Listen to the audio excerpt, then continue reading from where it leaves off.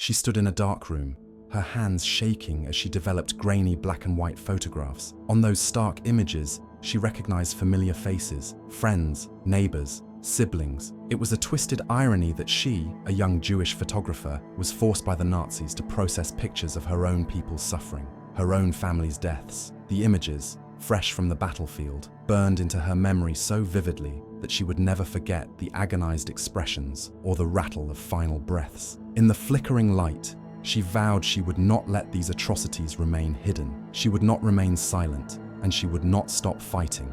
Her name was Faye Schulman, and this is her story.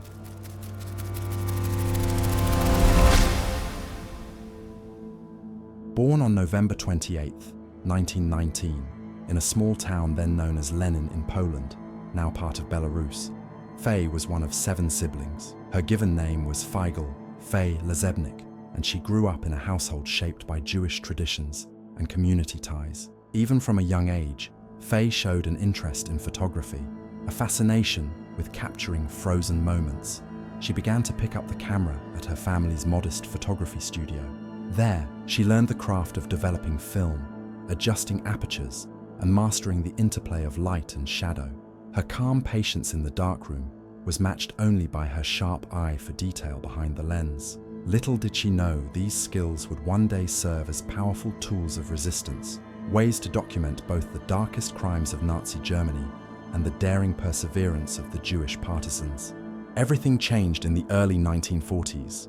The Nazi war machine stormed into Eastern Europe, casting a sinister shadow on the peaceful rhythms of Faye's hometown.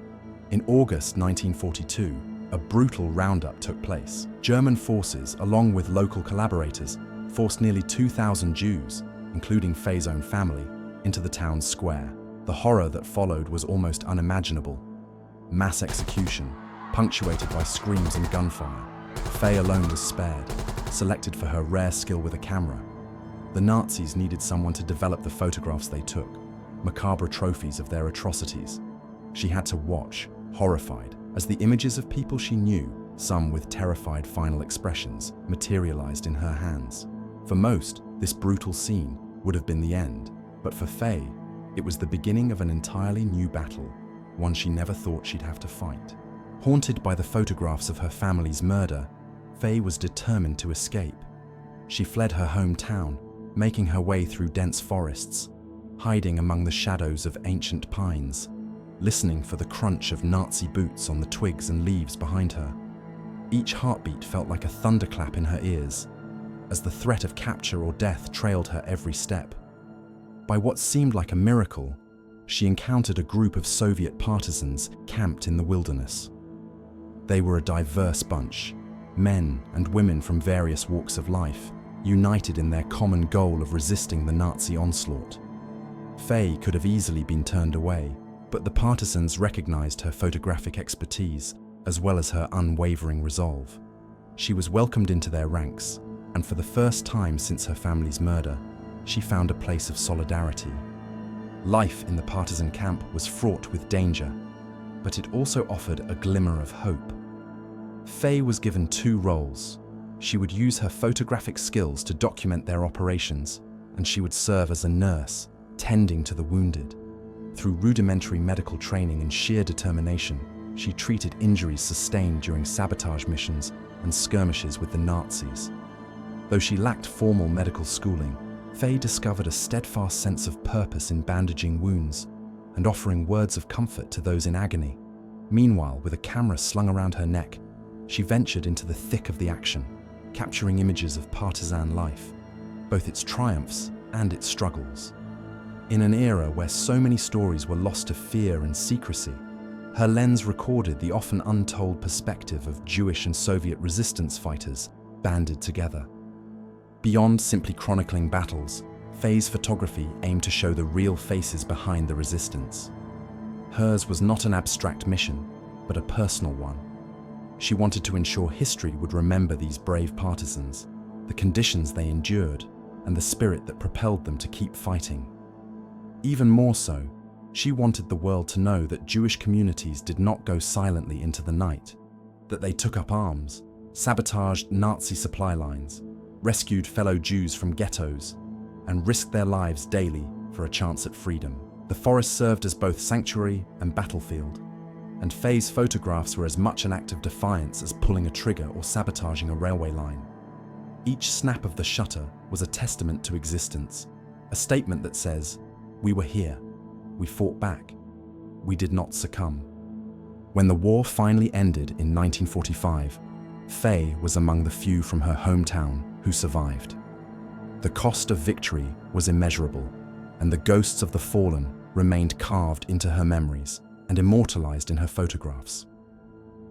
In the late 1940s, she emigrated to Canada, hoping for a fresh start. But even in a new land, she never relinquished her mission of remembrance. Her photographs became vital historical records, shedding light on the Jewish partisan movement that mainstream history so often overlooked. Through her memoir, A Partisan's Memoir, Woman of the Holocaust, Faye recounted her first-hand experiences, ensuring her voice would not be lost. For decades, she spoke at schools, synagogues, and community events, sharing the story of how one woman who had lost everything found the strength to fight back. She insisted that future generations learn not only about the atrocities, but also about the courage and resilience that blossomed amid the brutality.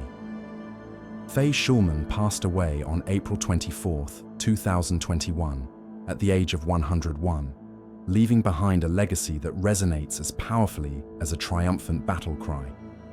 Faye Schulman's life is a testament to the strength of the human spirit under unimaginable pressure.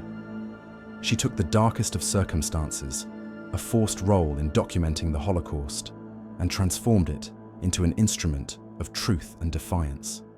She refused to let the memories of her family and her people fade into unrecorded oblivion, so she carried her camera as both witness and weapon.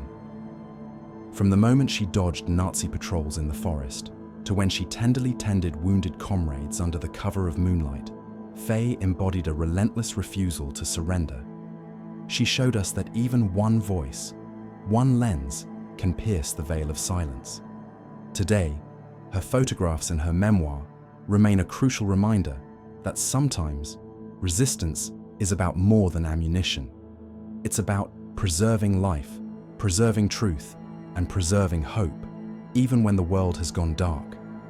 By keeping her story alive, by remembering the photographs she developed in that dimly lit Nazi darkroom and the ones she took amid the partisans, we affirm that history must never repeat itself in the same horrifying way. In retelling Faye Schulman's story, we don't just remember her, we honor the resilience that resides in all of us, waiting to shine against the forces that would try to extinguish it. Thank you for joining us on this journey. May we carry Faye's lessons with us, always striving for light and justice, and never forgetting the power of a single courageous spirit to stand up against tyranny.